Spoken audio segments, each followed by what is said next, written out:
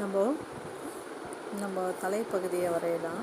அதுக்கப்புறம் உடல் பகுதின்றதை பார்க்கணும்.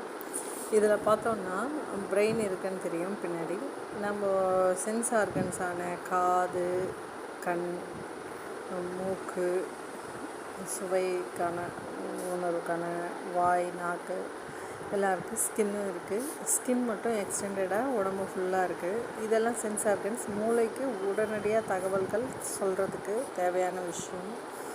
அதுக்கப்புறம் அங்கேருந்து முடிவு எடுத்துட்ட பிறகு நம்மளோட மோட்டார் நர்வ்ஸ், சென்சரி நர்வ்ஸ் இப்படி மூளைக்கு எவ்வளோ பக்கத்தில் இருக்குது பாருங்கள். அதே மாதிரி இதை ஒரு ராஜான்னு வச்சுட்டா ராஜாவுக்கு பக்கத்தில் யார் இருப்பாங்க? ராஜாவுக்கு தகவல் சொல்கிறவங்க, முக்கியமான விஷயங்கள் குறித்து தகவல் சொல்கிறவங்க இருக்காங்க.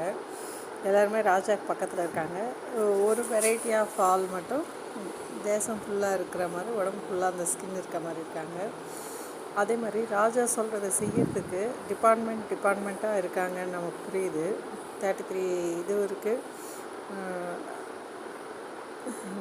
முதுகுத்தண்டு இருக்குது, அதில் 32 எலும்புங்க இருக்குது. அதுக்கப்புறம் 7 சக்ராஸ் இருக்குது. அங்கேருந்து அப்படியே மோட்டார் நர்வ்ஸ்க்கு வர ஆர்டரை உடம்பு ஃபாலோ பண்ணுறதுக்கு, அது ரிலேட்டட் உறுப்புகளுக்கு அனுப்புறதுக்கு, வேலை செய்கிறதுக்கு இருக்குன்னு. அதே மாதிரி தான் நம்ம பிரெயின் ராஜான்னு சொல்லும் போது, நம்ம சென்சஸ்க்கு அந்த மாதிரி இருக்கும்போது, நமக்கு வெளியிலேருந்து சில விஷயங்கள் வரும்போது நம்ம எப்படி கவனிக்கிறோம், அதை எப்படி ப்ராசஸ் பண்ணுறோம், என்ன செய்யணும்னு முடிவு பண்ணிவிட்டு அதை உடம்புக்கு எப்படி ஆர்டரை கொடுக்குறோம். அதுக்கப்புறம் அது பிஹேவியராக வெளிப்படுறதுக்கு ஒவ்வொரு ரிலேட்டட் சக்ராஸ்க்கும் வேறு ஹார்மோன்ஸ் இருக்குது. அந்தந்த ஹார்மோன்ஸ் அந்தந்த இடத்துல மட்டும்தான் ஆக்டிவேட் ஆகணும்.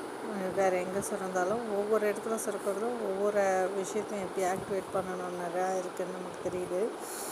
தைராய்டு சுரந்தாலும் அது மெட்டபாலிசத்தை எப்படி பாதிக்கணும், மெட்டபாலிசம்ன்றது ரேட் ஆஃப் ஆக்சிடேஷனை எப்படி டெர்மினேட் பண்ணணும், இங்கே இருக்கிற அட்ரினல் சுரக்கிறதும் ஹார்ட் பீட்டை எப்படி இன்க்ரீஸ் பண்ணணுன்றதெல்லாம் எப்படி கோஆர்டினேஷனோட இயங்கல்ன்றது நமக்கு புரிகிறப்போ, இதே விஷயத்த நம்ம அவுட்டர் கம்யூனிகேஷன்னு யூஸ் பண்ணலாம். இங்கேருந்து தான் இங்கே சொல்கிறத வச்சு தான் இங்கே பிஹேவியர் வருதுன்றப்போ, உள்ளே போய் வெளியில் என்ன வரணுன்றதுல தான் மொத்த விஷயமும் இருக்குது. அதுக்கான கருவி தான் உடல்ன்றப்போ, இங்கே முடிவெடுக்கிற விஷயத்தை எந்த அளவுக்கு பக்கத்துலேயே இருந்து எடுக்குதுன்னு பார்க்குறப்போ, நம்மளும் ஒரு முடிவு எடுக்கணுன்றப்போ அதுக்கு என்னென்ன தேவையோ இன்புட்டான விஷயங்களை பக்கத்தில் வச்சு செய்யணும்.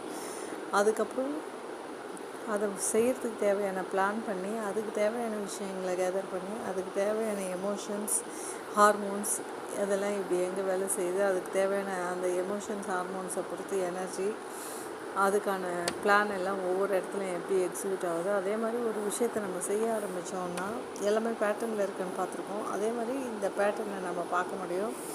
அதே மாதிரி பிளானட்ஸை கிட்ட பார்க்கும்போது சூரியன் நடுவில் இருக்கும். சூரியனுக்கு பக்கத்தில், அதாவது மெயினாக பாதிக்கிற அத்தனை பிளானெட் இருந்தாலும் அந்த சில பிளானெட் எப்படி இருக்கும், சில பிளானெட் எவ்வளோ இன்ஃப்ளூயன்ஸ் பண்ணும், எந்த இடத்த இன்ஃப்ளூயன்ஸ் பண்ணணும், எப்படி ஆக்டிவேட் பண்ணணுன்றதெல்லாம் இருக்குன்றத மகரிஷியினுடைய 9 மைய தவம், அப்புறம் அந்த நவகிரக தவம், அதை பஞ்சபூத தவம், அதெல்லாம் நம்ம கேள்விப்படுறப்போ நம்ம புரிஞ்சிக்க முடியும். இது உங்களுக்கு புரியும்னு நம்புகிறேன். இது மாதிரி பல விஷயங்களுக்கு இதை எடுத்துக்க முடியும்.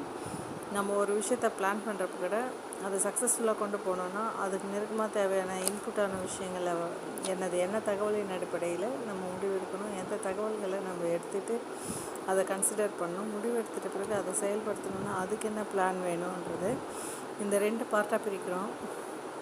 இது என்ன தகவல் உள்ளே வரணும், என்ன தகவல் செயல் செய்கிறதுக்கு வெளியே போகணும், இந்த என்ன தகவல் உள்ளே முடிவெடுக்கணும், முடிவெடுத்த பிறகு அதை எப்படி செயல்படுத்தணும், 2 வெரைட்டியாக பிளானை பிரிக்க முடிஞ்சுதுன்னா அந்த செயல் நம்மளால் ஈஸியாக செய்ய முடியுன்றது நம்ம புரிஞ்சுக்கலாம். இந்த முடிவெடுக்கிறதுக்கு தான் இன்ஃபர்மேஷனுக்கு அப்புறம் முடிவெடுக்கிறப்போ உடம்பு செயல்படும். அப்போ முடிவெடுத்தலின் முக்கியத்துவம்ன்றதை நம்ம புரிஞ்சுக்கிட்டோன்னா உடல் செயல்படுறதுன்றது தானாகவே நடக்கும்ன்றது புரிஞ்சுக்கலாம். இந்த முடிவெடுத்தலினுடைய முக்கியத்துவம் தெரிகிறப்போ அதை எப்படி எடுக்கணுன்றதும் நமக்கு ரொம்ப நல்லா தெரிய ஆரம்பிக்கும். அதுக்கான முயற்சிகளையும் நம்ம பண்ணுவோன்றது, நம்ம ஆழ்மனசை பண்ணுவோன்றதையும் புரிஞ்சுக்கலாம். அப்போது ஒரு செயல் வெளியில் இருக்கிறதுக்கு ஏற்ற மாதிரி எப்படி உள்ளேருந்து ரியாக்ட் ஆகிறோம், எப்படி இன்புட் வருது, எப்படி அவுட்புட் வருதுன்றது, நடுவில் ப்ராசஸிங் என்ன பண்ணுறதுன்றது நமக்கு தேர்ச்சி அடையிறதுக்கான வாய்ப்புகளை அதிகம் பண்ணிக்குவோன்றதை நான் நம்புகிறேன். இது உங்களுக்கு யூஸ்ஃபுல்லாக இருக்கும்னு நம்புகிறேன். நன்றி.